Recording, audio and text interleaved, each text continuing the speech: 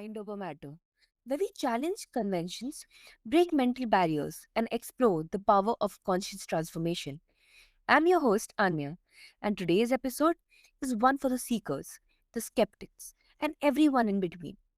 We are joined by Michael Tierno, a transformational guide, co founder of Men of Integrity Retreats, and someone who's walked the line between pragmatism and profound personal awakening. From navigating the world of psychedelics for emotional healing to redefining masculinity and love, Michael brings a unique blend of ancestral wisdom and modern day insight. Buckle up. This conversation might just expand your perspective. Welcome to the show, Michael. It's an honor to have you. Thank you for having me. It's an honor to be here. Mhm. So, you went from skeptic to guide in the psychedelic space. What was the turning point that cracked open your old worldview? The turning point was a trip I made to Peru. And I made to Peru. I tried this.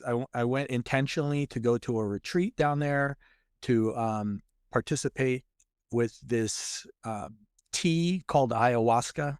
It's not really a tea. It's a little thicker than a tea, but it's basically two boiled plants that have very profound psychedelic properties. I went there not intending, I intended to get better, quote unquote, but I didn't really know exactly what would happen or what would be the outcome of that experience until after I had the experience. Um, I was an atheist, somebody who didn't have a spiritual bone or bent in my body or my mind, and through that first journey or through that first retreat, I recognized that there was a lot more to the human experience than I had really been aware of. And I had to I had to make some adjustments to how I thought about the world and how I thought about myself and my role in the world. That was very profound.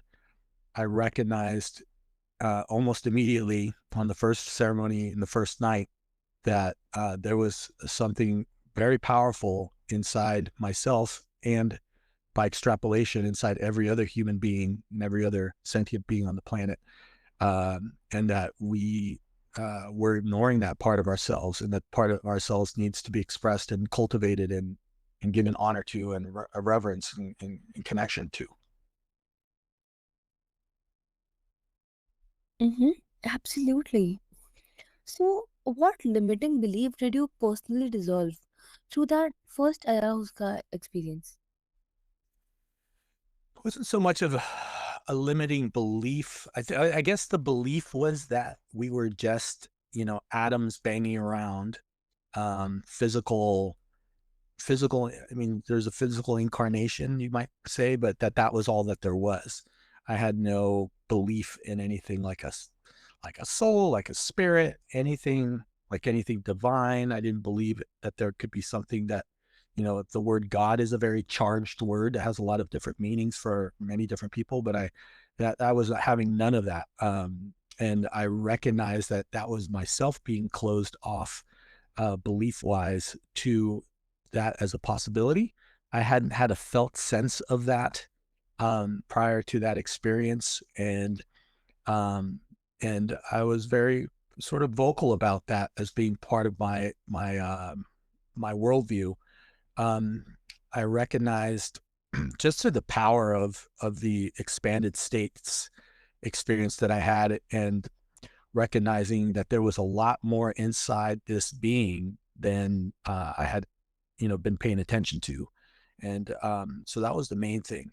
The other thing was deep recognition. I guess the limiting belief was thinking that people actually were paying more attention or thinking more about me than they actually were. And so I walked around the world with a, kind of a um, self-conscious sort of perspective, and that dropped away. I recognized that, people aren't paying quite as much attention to me as I kind of imagined that they were. That dropped away and allowed me to move through the world much more easily, much more confidently, and much more expressively, because connecting with my feelings, with my emotions, and with everything in the present moment, so to speak, much more present, because I was spending.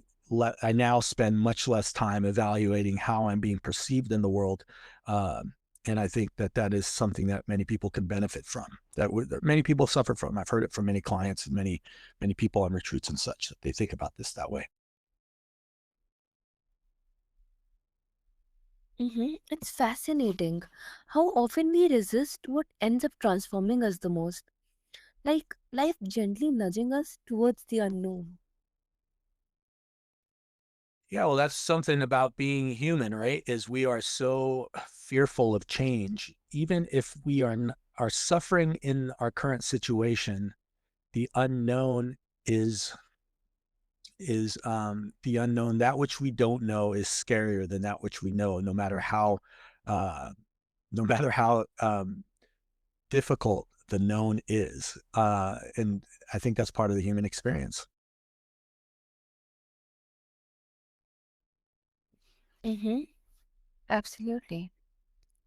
So, you guide people through psychedelic experiences to help dissolve limiting beliefs. How do you ensure these altered states lead to lasting change and not just temporary high? Oh, absolutely. That's a great question. Um, So when we participate in these expanded states, like psychedelics, for example, what they do is they remove the maze of ego for a temporary point of time, the high that you were talking about. But when we are outside of that egoic state that we find ourselves lost in, Maya, right, the illusion of self, and that drops away for a while during one of these expanded states, in comes the clarity of what's operating in life that isn't serving us. Now, the important thing to do is the process of integration, which happens after an expanded states, and that is to and through the process of integration, what we're trying to do is to revisit what did we learn about ourselves during the expanded states, and how can we implement this new understanding of ourselves into our lives. And so, to the extent that we integrate things, we can have a lasting change in our life. To the extent that we just brush it off as a fun experience or a challenging experience or just an experience, and we don't do the work of integration, which is the majority of the work, then it just becomes an expanded state experience. But to the extent that we can integrate the experience into our lives and make changes actively, with the new knowledge that we gain during the experience, then it becomes lasting and transformational. I can think of dozens and dozens of people who have stopped drinking alcohol, have stopped smoking weed, stopped watching pornography, uh, uh, stopped gambling, watch less professional sports. All these things that are, work on our dopaminergic system in our brains and cause us, to feel a sense of satisfaction and winning without actually doing anything. Like drink a few beers and all of a sudden, uh, things feel better for the moment, even if they feel worse, and we're just masking the pain that we experience. Uh, having a new I just have witnessed so many people dropping these things, but it takes work afterwards. It's not just a magic pill or a magic solution. It does take work afterwards, but I will say that the work of, let's say, stopping some habit that isn't serving you is much easier after one of these journeys than it is when you're lost in that world of ego, where the mind keeps bringing you back to these substances, to these behaviors that are no longer serving you. So while it's easier, it still takes some effort. So it's very important to integrate the experience. Mm-hmm. Definitely. So, what role does integration play in making those insights stick in the daily life? I think the most important thing is to make a practice of recalling the experience. Writing, a good method is to write down everything that you remember about the experience. When I work with a client one-on-one, we actually record the session. The entire session is recorded, and I provide a written transcript of everything that went on in that session. And then I summarize the notes for the person so they have something to work with. Um, it's also important, of course, a recording isn't going to capture everything that's going on in mind. So like I was mentioning, it's good for the person to journal and to recall as much about the experience so that they can keep it in mind and remember what their deepest and truest self wants and expects them to do in order to live a better life. And then make a plan of action for how we're going to implement these new understandings, these new awarenesses into our current present life circumstances. Other options with for integration is doing artwork. What are the visions that you see, or even it doesn't even have to be specific to an actual vision, but what is the feeling like? How does that transcribe onto a piece of artboard or paper with just using markers or crayons? And through the unpacking of that nonverbal artistic expression that a client might have, a lot of additional understanding post experience can happen. And we work together. We work together to unpack that, to make the most meaning of the experience and extract the most information and information for the client.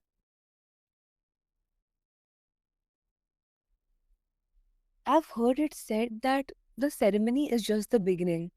The real work starts afterward. Would you agree? 100%. And the words I use is the ceremony starts when the ceremony's over. The real ceremony is the ceremony of life. What are you doing every day? How are you being present? How are you actively engaged in the world? How are you expressing yourself? Are you expressing yourself, or are you holding everything tight? What's your connection with gratitude? What's your connection with compassion for others? Do you personalize things? Do you make assumptions? All those things can be mitigated and worked on and worked past after the ceremony is over. The realizations come during the ceremony, and some, of course, come after as well. But you're 100% right. The ceremony of life is what we're trying to like operate most effectively. And by effectively, I don't mean just in the world of success, but where we find peace and grace and compassion and gratitude in our lives and everyday, moment to moment. Absolutely. So let's dive into conscious love. How does embracing both the divine feminine and masculine deepen intimacy and secret sexuality in partnerships? That's a great question, and it's a long answer. I give at the retreats, I give about a 1.5 hour presentation on this, but I think primary primary thing to realize is that we all have a divine masculine and a divine feminine energy in us, or template or archetype in us, that is there all the time. That is our, foundationally a foundation of who we are in the world. Men typically have more connection with the masculine aspect, and women typically have more connection with the feminine aspect of those templates, of those archetypes. Now, when we recognize, so the first and foremost thing is to recognize that most men view the world slightly differently than most women.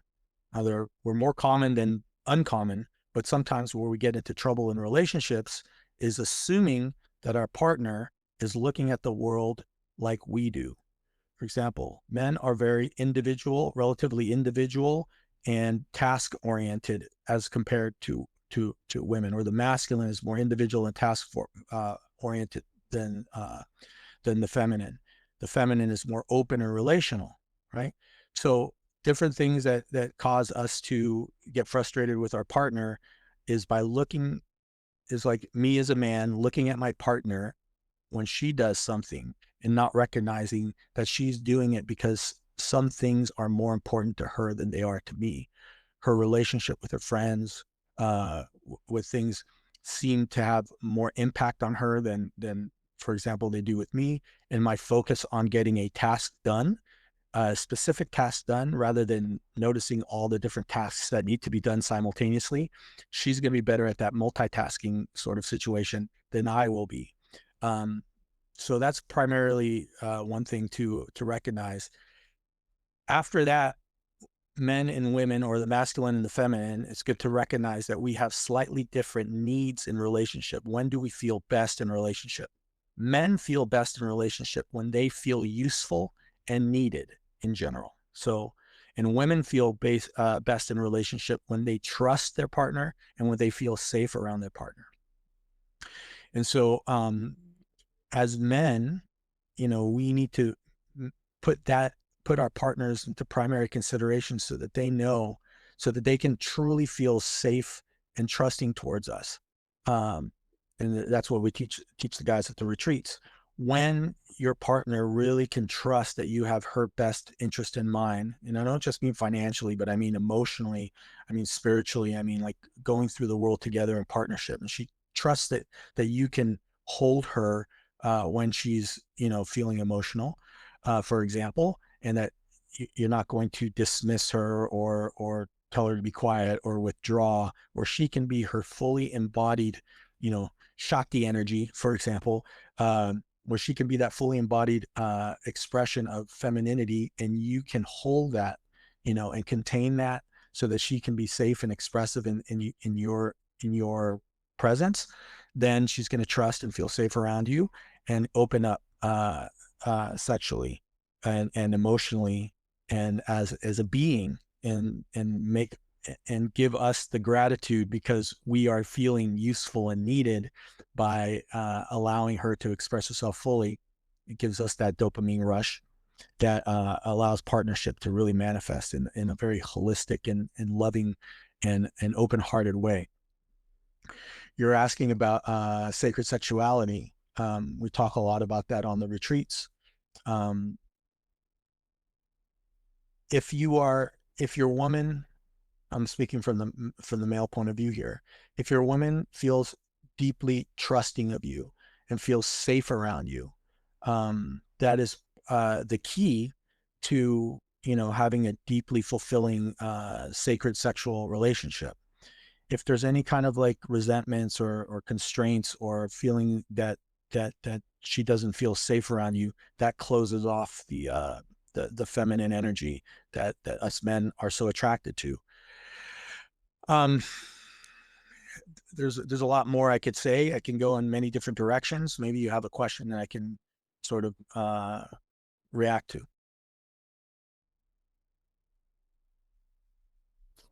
I absolutely agree. So, how do you guide someone who feels disconnected from one of these energies?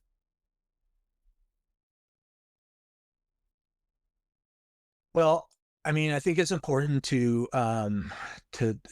say that really even though I'm the guide, right? So I'm the person that's the guide is setting the container. The client or the person that I'm working with is their inner divine sort of intuitive spark is truly the guide that's taking us where we need to go, because that internal being or that internal self that the participant or the client has knows what needs to be worked on in the moment, and that's what comes up first.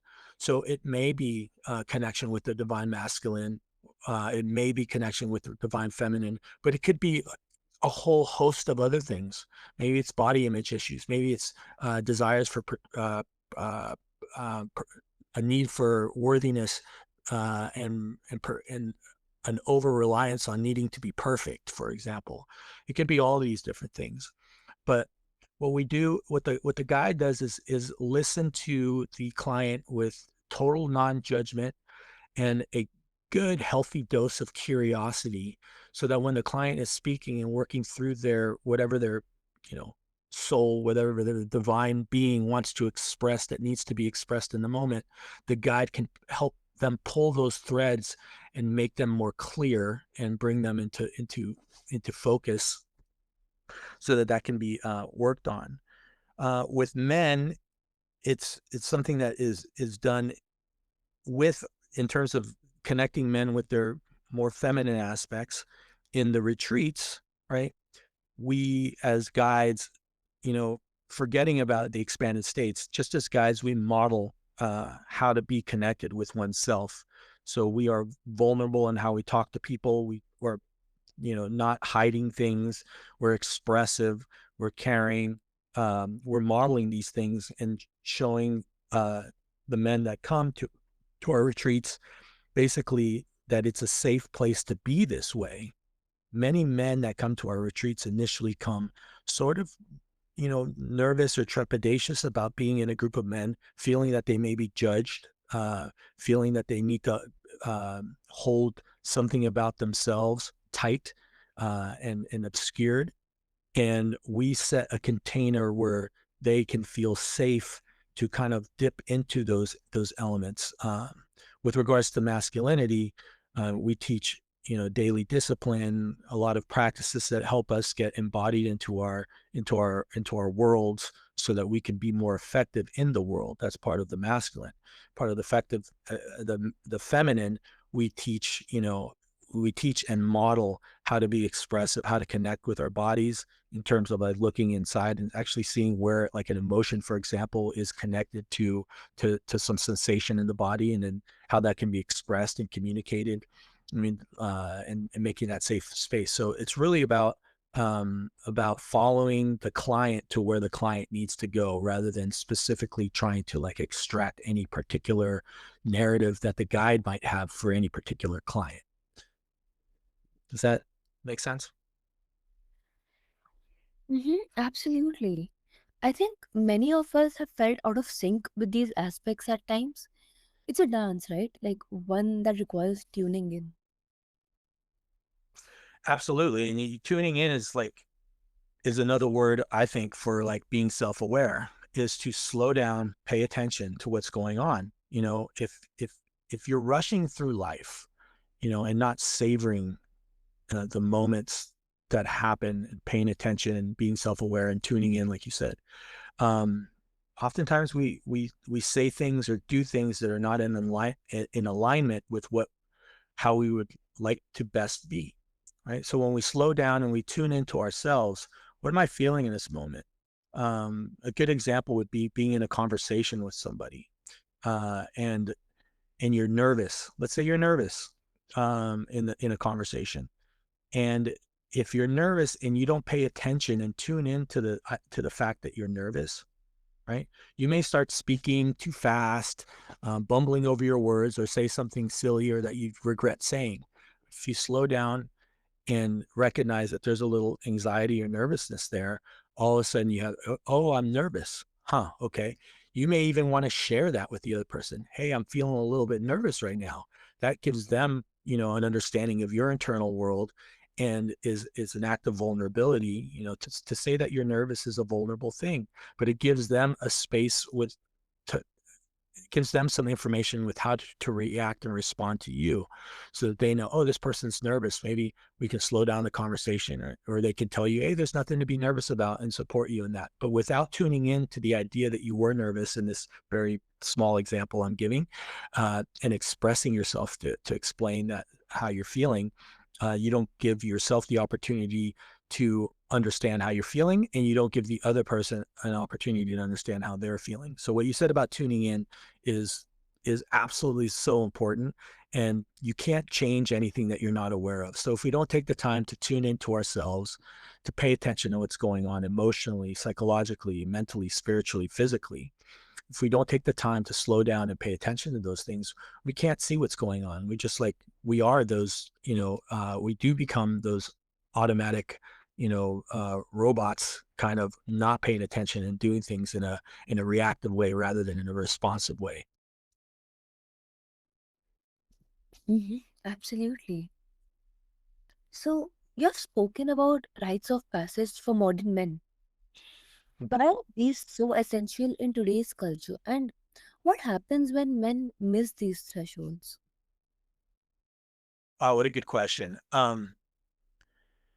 I think there has to be something connected with our evolution and our growth as humanity, where these rites of passage are important.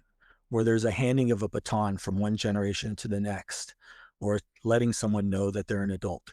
And only in, you know, in the West, really, or at least in modern culture, I shouldn't say the West, but in modern culture, do we not have like really precise rites of passage for men and women to acknowledge them and bring them into the broader community and say, you are an adult now, you have certain responsibilities. This is, and kind of like teach them how it is to be an adult in the world rather than a child in the world. Because we spend a lot of time with the children, kind of teaching them things, but there's never really a handoff. So the important thing about the rite of passage in traditional societies is usually it's very similar to an expanded state of consciousness used in psychedelics or other expanded modalities. It's an opportunity for a person who's coming into adulthood or coming into a new phase of life to really go inside. Usually rites of passages are done alone or in a group, but there's an opportunity to really go inside and explore, who am I? Who am I? And of course, we know you from India, but who are we really are is no self, right? There's really nothing. There's really no real self. But to explore all those later layers of the labels and understand that they are labels and how they interface and how they box us in, so that it gives us permission by recognizing the labels that we have for ourselves. As we go into the world, I'm a business owner. I'm a father. I'm a man, all these kind of labels. Those labels box us in because we start thinking of ourselves in these ways according to the labels of a man wouldn't do this, a business owner wouldn't do that, right? But when we explore ourselves through a rite of passage and we recognize that our truest nature is much more open, much more free, that rite of passage is critical. Who do I want to be in the world? Who do I want to be in society? How do I want to give service to the world? How do I want to be remembered? Not in an egoic way, but just through the path of service. How can I be the best? And I think the best in the world, as large. How can I be of most service to the world? I think that is a critical thing that a rite of passage does to get us to get deeper awareness of ourselves and to bring us into the community as an active participant in the community, rather than so many times the path from childhood to adulthood is just kind of like it's a seamless transition. You find yourself being an adult rather than being handed over the keys of responsibility by the community. That doesn't happen, and that's so important to have a rite of passage in some community that gives you those keys to the community, that you are now a valid and important adult to be part of the community. I love that idea because in a world lacking formal rites, men can drift without anchoring into who they are becoming. Absolutely, and part of what we do at Men of Integrity is like you do the retreat and all that kind of stuff, right? We have our retreat experience. Many of the guys have come to multiple retreats, two or three. And then when you come out of that, it's not like you just get dropped back into society. You get brought into our community, which is very close knit. We support each other. We call each other out when someone's making a mistake, that's not in service of them or not in alignment with how they want to be. And so they get that support, that continued support. I mean, we all do, not just the graduates, but the people who are in the leadership part also. We all work together. It is a harmonious community that really supports each other, and that's another thing that's missing. That would happen in a more traditional societies is after you do the rites of passage and are considered an adult, you have the opportunity to be supported by the community. Absolutely, and that's amazing. So, what a profound exploration. Michael Tierno reminds us that the true strength lies in curiosity, vulnerability, and the willingness to come across unfamiliar thresholds, whether through psychedelics, love, or leadership. If today's talk stirred something within you, I invite you to sit with it. Ask yourself, where am I ready to dissolve old beliefs and embrace new possibilities? So, until next time, remember, Mind over matter starts with the courage to explore your own